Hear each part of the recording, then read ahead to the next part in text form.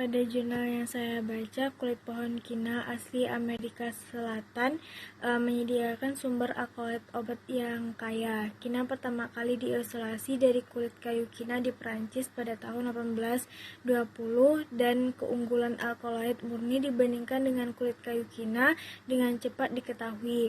Dengan kina murni di tangan, dosis yang tepat dapat ditentukan dengan pasti dan lahirlah obat kemoterapi pertama dalam pengertian modern. Meskipun struktur kina baru diketahui pada awal abad ke-20, upaya sintesisnya yang ambisius pada tahun 1856 secara kebetulan mengarah pada penemuan pewarna anilin pertama, yaitu Maupin. Penemuan ini meluncurkan industri pewarna sintetis. Berikut merupakan struktur dari quinin.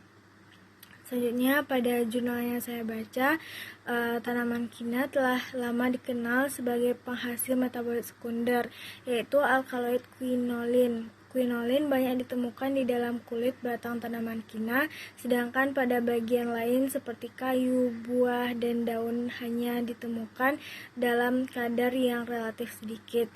Setiap jenis cinchona mempunyai kandungan alkaloid quinolin yang berbeda. Cinchona ledgeriana diketahui memiliki kadar quinin yang tinggi, yaitu 4-13%, sedangkan Cinchona succirubra memiliki kadar quinin yang sangat rendah, yaitu 0,8-1,4%. Akan tetapi kadar sinconidin C succirubra lebih tinggi, yaitu 3,2-5,1% daripada C. ledgeriana yang hanya mengandung 0,0-3,4%. Quinin digunakan sebagai obat anti malaria, sedangkan quinidin selain digunakan sebagai obat anti malaria juga dapat digunakan sebagai obat yang menormalkan denyut jantung yang tidak teratur. Kemudian prospek pasar kina dunia yang beberapa tahun terakhir ini menunjukkan kecenderungan meningkat dengan pesat. Permintaan alkaloid quinolin di pasar dunia diperkirakan akan terus meningkat karena penggunaannya yang semakin meluas di berbagai bidang industri, antara lain industri farmasi, minuman, kosmetik, dan biopestisida. Kendala yang dihadapi adalah diperlukan waktu paling sedikit 7 tahun untuk dapat memanen kulit batang, dan produksi alkaloid tertinggi baru dapat diperoleh setelah tanaman berumur 20 tahun. Usaha-usaha yang telah dilakukan untuk memproduksi alkaloid quinolin antara lain dengan memanfaatkan teknik kultur jaringan. Salah satu keuntungan teknik kultur jaringan dibandingkan dengan cara konvensional adalah kemampuan dalam menghasilkan senyawa kimia dalam waktu yang relatif singkat dan kemampuan untuk memproduksi senyawa yang sukar diperoleh secara alami.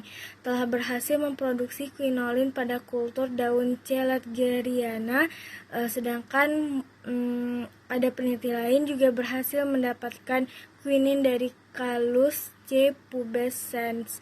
Quinin dan quinidin juga berhasil diperoleh dari kultur akar C. ledgeriana. Dan juga berhasil memperoleh quinidin dari Callus C. ledgeriana. Kemudian ada penelitian lain juga yang mendapatkan quinin dan quinidin pada kultur akar C. ledgeriana. Produksi alkaloid kina melalui kultur jaringan masih menunjukkan produksi yang rendah.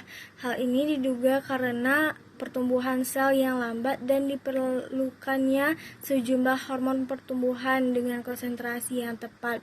Kultur cenderung tidak stabil dari masa ke masa. Adanya kendala yang dihadapi tersebut telah membuka suatu pengembangan teknik baru untuk menghasilkan senyawa metabolit sekunder yang lebih tinggi, yakni dengan memanfaatkan transformasi agrobakterium untuk menghasilkan akar rambut. Agrobakterium merupakan bakteri tanah gram negatif yang termasuk pada kelompok Rhizobiaceae, mempunyai kemampuan untuk mentransfer sebagian bahan genetiknya atau DNA pada sel tanaman melalui pelukaan DNA yang ditransfer disebut dengan tDNA, merupakan potongan beberapa ratus kilo basa dari plasmid yang dikenal dengan RI plasmid. Pemanfaatan kultur akar rambut untuk menghasilkan senyawa metabolit sekunder telah banyak dilakukan. Keuntungan menggunakan kultur akar rambut diantaranya relatif seragam, memiliki kestabilan genetik yang tinggi, dan dapat menggunakan medium tanpa penambahan zat pengatur tumbuh. Di samping itu mudah dimanipulasi untuk meningkatkan produktivitasnya.